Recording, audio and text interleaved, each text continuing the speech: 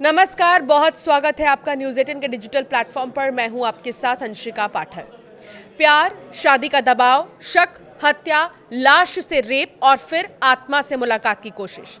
इश्क भी गजब की चीज है, इंसान को पल में दीवाना बना दे और पल में बेगाना। ऐसा ही कुछ हुआ इंदौर में।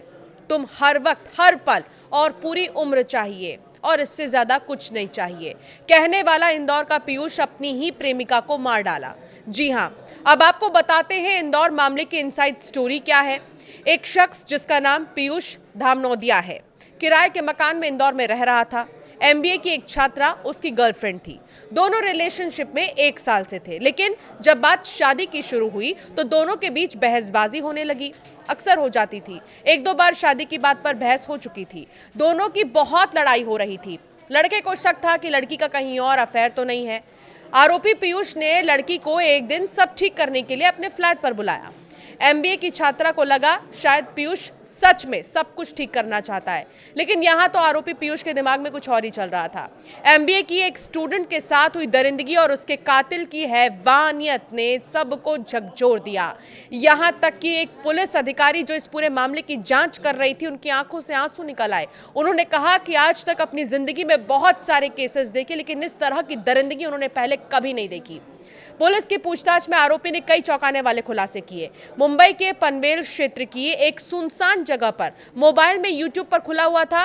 स्क्रीन पर आत्माओं से कैसे संपर्क करें जैसे वीडियोस चल रहे थे। सामने अगरबत्ती जल रही थी और कुछ तांत्रिक क्रिया जैसी गतिविधियां भी की जा रही थी। एक युवक धीमे स्वर में बार बार कह रहा था, मुझे माफ कर दो। पुलिस के मुताबिक ये किसी फिल्म का दृश्य नहीं, बल्कि इंदौर की एक एमबीए छात्रा की हत्या के आरोपी की हरकत थी। आरोप है कि युवक ने पहले छात्रा की हत्या की, फिर शव के साथ अमानवीय कृत्य किया और बाद में कथित तौर पर उसकी आत्मा से संपर्क साधने की कोशिश की। इसे कोई भी सुनेगा तो यही कहेगा कि शायद वो सनकी था, लेकिन ऐसा नहीं है। द्वारकापुरी थाना क्षेत्र में हुए इस सनसनीखेज मामले में आरोपी पीयूष 3 दिन की पुलिस रिमांड पर है। फिलहाल पूछताछ के दौरान सामने आ रही जानकारियों ने पूरे घटनाक्रम को और भी भयावह बना दिया। पुलिस सूत्र बता रहे हैं कि आरोपी ने खुद स्वीकारा है कि जंगलों में यूट्यूब पर वो ये देख रहा था कि आत्माओं से कैसे बात किया जाता है, कैसे उन्हें बुलाया जाता है। द्वारकापुरी थाना क्षेत्र के चर्चित अंकल गली हत्याकांड में आरोपी पीयूष 3 दिन की पुलिस रिमांड पर है और अधिकारी ये बता रहे हैं कि जो मर्डर था अंकल गली में, उसमें पीयूष धामनोदिया को मुंबई से गिरफ्तार कर लिया गया है। वो 3 दिन की पुलिस रिमांड में लगातार कई सवालों के जवाब भी दे रहा है। वो लड़की के साथ रिलेशनशिप में था, उसके घर वाले शादी के लिए तैयार नहीं थे, जिसको लेकर दोनों में विवाद हुआ। आरोपी ने छात्रा पर शारीरिक संबंध बनाने का दबाव डाला। छात्रा ने तबीयत खराब होने की बात कहकर उसे इनकार कर दिया। वो वॉशरूम जाती है, इतने में पीयूष उसका मोबाइल फोन उठाता है और देखता है कि लड़की मोबाइल फोन में कोई डेटिंग एप्स यूज कर रही थी। इसी बात को लेकर दोनों के बीच बहस शुरू हो गई और आरोपी पीयूष ने यह कहा कि शायद इसीलिए वो शादी नहीं कर रही है। आरोप है कि इसके बाद उसने जबरन दुष्कर्म किया, फिर हाथ पैर बांध दिए, आंखों पर पट्टी बांध दी, कहा कि गिफ्ट देना है। जब छात्रा ने विरोध किया तो उसके मुंह में कपड़ा भी ठूंस दिया और सीने पर बैठकर उसका गला दबा दिया। जब उसे लगा कि छात्रा की सांसें थम चुकी हैं तो उसने चाकू से वार किया, इतनी जोर से कि चाकू ही टूट गया। लेकिन कहानी यहाँ खत्म नहीं होती है। पुलिस ने जब पूरी जानकारी साझा की तो ये बताया कि हत्या के बाद आरोपी कमरे में ही रुका रहा। वो बाहर गया, फूटी कोठी इलाके से बियर लेकर आता है। शव के पास बैठकर उसने खूब शराब पी। पूछताछ में इसने कबूला है कि उसने मृतदेह के साथ भी यौन अत्याचार किया है। जांच के अनुसार कमरे के अंदर घटनाक्रम बेहद भयावह था। तमाम जितने भी अधिकारी वहां पर पहुंचे, उन्होंने कहा कि बहुत से केसेस देखे, लेकिन ऐसा केस कभी नहीं देखा आंखों के सामने। रिलेशनशिप को ठीक करने के लिए जो छात्रा थी वो गई थी उसके मकान पर, जिसके बाद उनमें संबंध भी बने। किसी बात को लेकर विवाद शुरू हुआ और लड़की का गला घोंट दिया पीयूष ने। उसके कमरे से कई रस्सियों के टुकड़े मिले हैं। पुलिस ने कहा है कि वहां कई सारे रस्सी के टुकड़े पड़े हुए थे, जिससे ये प्रतीत होता है कि लड़की के हाथ पैर बांधे गए होंगे। आरोप ये है कि गला घोंटने के बाद भी आरोपी कमरे में ही रुका रहा।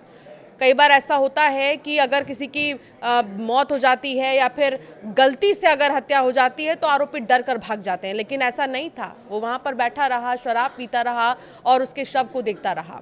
पुलिस जांच में ये भी सामने आया है कि उसने बाहर जाकर बियर खरीदी और फिर बैठकर वहाँ पर वो पीता रहा काफ़ी देर तक और फ़ोन वोन चलाने लगा। पीयूष की मुलाकात छात्रा से 8 सितंबर 2025 को कॉलेज में हुई थी। दोस्ती बढ़ी और उसके घर पढ़ने आने लगी और आना जाना दोनों का शुरू हो गया। नज़दीकियां बढ़ी तो दोनों ने शादी का मन बना लिया, लेकिन साथ रहने के दौरान उसे छात्रा के चरित्र पर शक होने लगा। 10 फरवरी को उसने छात्रा को घर बुलाया। दोपहर करीब 3:30 बजे दोनों ने साथ खाना बनाया। इसके बाद दोनों बैठे बातचीत कर रहे थे, लेकिन फिर शादी को ही लेकर दोनों के बीच विवाद शुरू हो गया। हत्या वाले दिन छात्रा घर से ये कहकर निकली थी कि आधार कार्ड में सुधार करवाना है। पिता ने उसे कलेक्ट्रेट के पास छोड़ा। बाद में उसने छोटी बहन को फोन कर बताया कि वो क्लासमेट पीयूष के साथ जन्मदिन पार्टी में जा रही है और 11 बजे तक लौट आएगी। लेकिन रात 11 बजे उसके मोबाइल से मैसेज आया, पापा को बोल देना वो घर नहीं आएगी। इसके बाद मोबाइल बंद हो गया। जांच में सामने आया कि आरोपी ने दोनों के 11 आपत्तिजनक वीडियो कॉलेज ग्रुप में शेयर कर दिए। वीडियो लड़की के व्हाट्सएप स्टेटस पर अपलोड कर दिए और उसके मोबाइल में सेव नंबरों पर भी भेजे गए। हत्या के बाद आरोपी उसी रात पनवेल मुंबई चला गया और उसी दिन रात को फिर पनवेल मुंबई चला गया, होटल में रुका। अगले दिन मेट्रो में घूमता रहा। इस दौरान उसने लड़की का मोबाइल तोड़ दिया।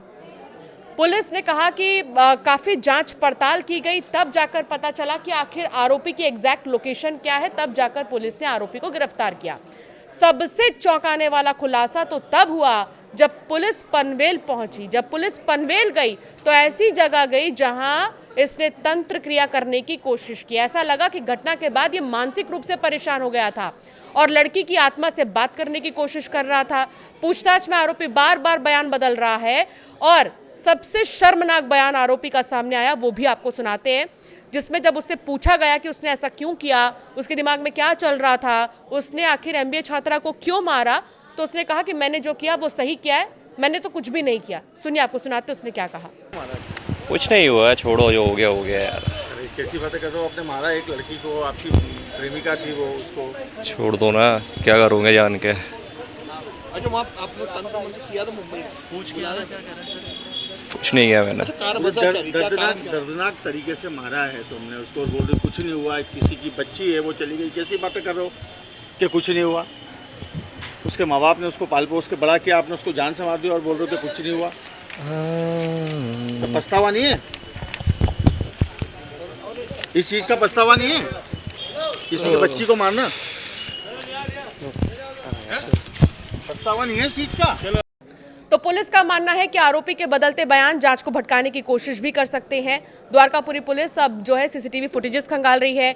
डिटेल्स, डेटाज, फॉरेंसिक रिपोर्ट्स और कमरे में मिले सबूतों के आधार पर केस मजबूत कर रही है। आरोपी को मुंबई से गिरफ्तार भी किया जा चुका है, इंदौर भी लाया जा चुका है। फिलहाल पूछताछ का सिलसिला भी जारी है।